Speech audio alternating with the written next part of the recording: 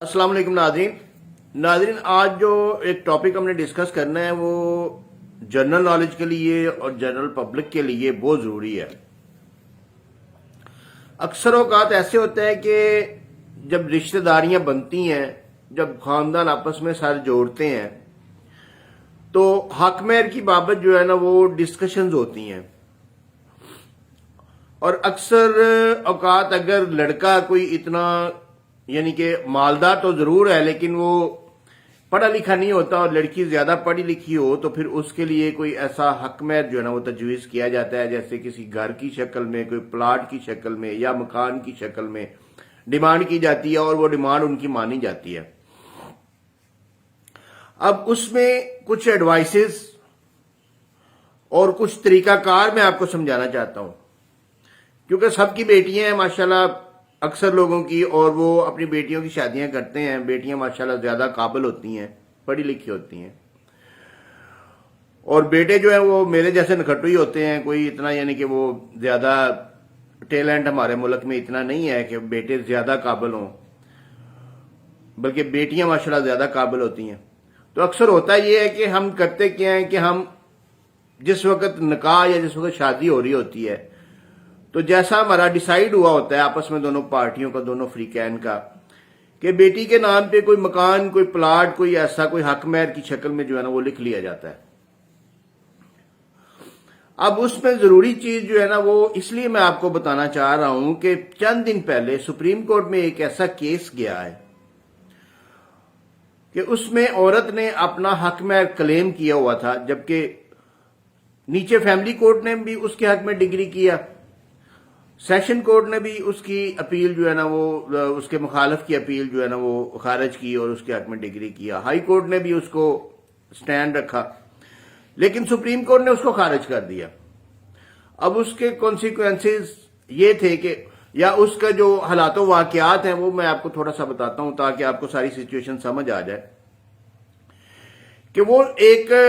लड़की थी जिसका नाम था महरीन, उसकी शादी हुई थी मंसूर के साथ, और शादी को 20-25 साल पहले की शादी थी। उसमें निकाहनामे में जो हक महर लिखा हुआ था वो लिखा हुआ था एक अदद घर इस्लामाबाद में, कोई घर का नंबर वगैरह भी लिखा हुआ था, फलां घर और वो जो फलां है, और सुसर के जो है ना वो साइन भी हुए थे। लेकिन वो घर सास के नाम था, सुसर के नाम नहीं था। अब जिस वक्त उस बच्ची ने, उस औरत ने वो क्लेम किया तो फैमिली कोर्ट ने तो डिग्री कर दिया, सेशन कोर्ट ने भी उसके हक में कर दिया, हाई कोर्ट ने भी कर दिया, लेकिन सुप्रीम कोर्ट ने नहीं किया। सिर्फ उसमें एक लेक्यूना था कि घर जो है ना वो सास के नाम था और सास के दस्तखत या साइन या अंगूठा या नाम निकाहनामे में नहीं लिखा हुआ था, उसकी कंसेंट किसी अलहदा पेज के ऊपर भी नहीं लिखी हुई थी। इसलिए सुप्रीम कोर्ट ने उसका केस खारिज कर दिया। इसलिए जो टेक्निकल पॉइंट जो मैं आपको समझाना चाह रहा हूं कि जिस वक्त हक महर पैसों की शक्ल में तो हो वो तो मुअज्जल गैर मुअज्जल हो गया, जेवर की शक्ल में हो मुअज्जल गैर मुअज्जल हो गया। अगर प्रॉपर्टी की शक्ल में लिखते हैं उस वक्त ऐसी सिचुएशन होती है, जो हमारी रवायात हैं, हमारे जो यानी कि जो तरीकाकार है, हम उनसे वो मलकियत के सबूत नहीं मांग सकते कि किसके नाम पे है। इसलिए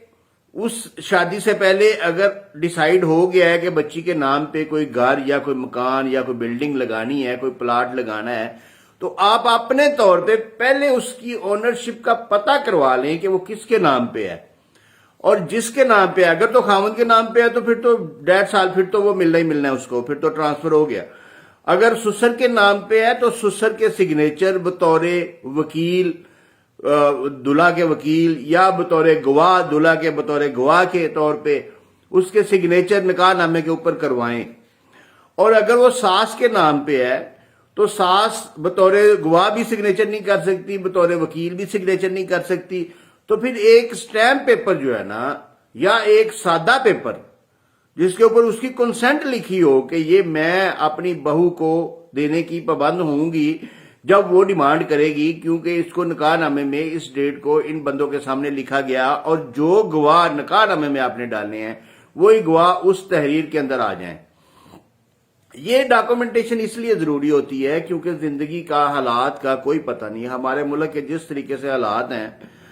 تو الٹیمیٹلی یعنی کہ کبھی نہ کبھی کسی نہ کسی وقت وہ چیز آپ کو چاہیے ہوتی ہے، چاہے کتنے بھی اچھی ہے آپ کی زندگی گزر رہی ہو، لیکن وہ جو آپ کو حق مہر میں اگر ایک چیز کسی بیٹی کو ملی ہے تو اس نے الٹیمیٹلی اپنے نام ٹرانسفر کروانی ہے، اور جس وقت کروانی ہوتی ہے پھر اس وقت پرابلم ہوتی ہے۔